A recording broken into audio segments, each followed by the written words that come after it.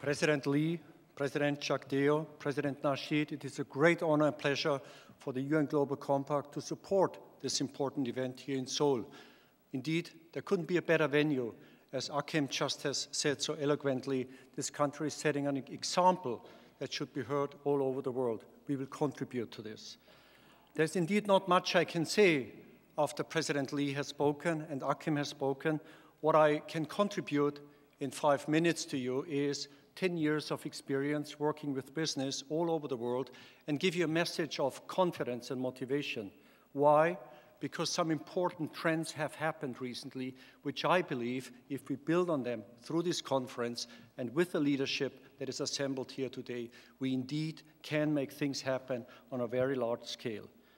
I fully share what Achim has outlined as being the challenge of where we stand post-Copenhagen and how to move forward the momentum towards a low-carbon economy where growth and opportunity is spread widely, where market stability and integration can continue to diffuse technologies, while at the same time humanity is learning to manage its scarce resources and manage the shift from the east to the west and manage that indeed market integration brings benefits to all based on openness and rules. And here is some good news. 10 years ago, it was unthinkable that business would take on environmental, social, and governance issues. The standard thinking indeed was that it's the role of business to maximize short-term profits and leave the rest to the regulator. The good news is that this attitude has changed radically. 10 years ago, when the UN launched the Global Compact, only 40 companies took a stand on non-financial issues. Today, it's the world's largest voluntary corporate citizenship initiative with 6,000 companies, and we're very proud that the Korea network is one of the leading in the world, especially in Asia, building also a bridge between China and Japan. 10 years ago, it was just a moral call for business to be ethical, to be responsible, to embrace environmental stewardship. Today, it is a material issue. Business understands that interdependence puts a premium on proactive activities, and those companies which invest first and which move deep on these issues on average are better positioned to mitigate risks and to build on new opportunities. And that, I think, is the great hope and aspiration we need to carry forward. I think it's also important to note that much progress has been made on transparency and accountability, without which markets cannot really thrive. Today, it is widely understood by mainstream investors that those business leaders which are on the head of the curve are also those which communicate most effectively about their true performance changes and can actually set the strategic goals to move towards low or zero carbon performance.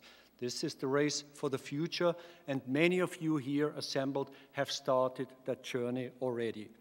There is also good news that the investor community, which until recently was truly obsessed with short-term profits only, is getting the message. I must share with you here, coming from New York and living there now for some time, that the financial crisis also is an opportunity. Finally, at last, the message is heard that short-term profit maximization is not a recipe for long-term sustainability and success. The search for long-term value creation is on. Secondly, it is understood that in an interdependent world, risk management requires the integration of non-financial issues, environment, social, and governance into analysis and investment decisions. And that message is heard by asset owners organized under the Principles for Responsible Investment, now backed by 600 institutions representing $18 trillion. They're currently developing tools and methods to assess indeed environmental, social, and governance performance. And that means for you committed business leaders that hopefully soon you will be rewarded for good performance, because good ethical and environmental performance should be the ones who win in the game. Now, another good development I dare propose to you is indeed that despite Copenhagen and the lack of the strength of the signal, there is increasingly confidence that market performance will indeed be rewarded. And that message, I believe, is the central challenge for all of us to carry it forward.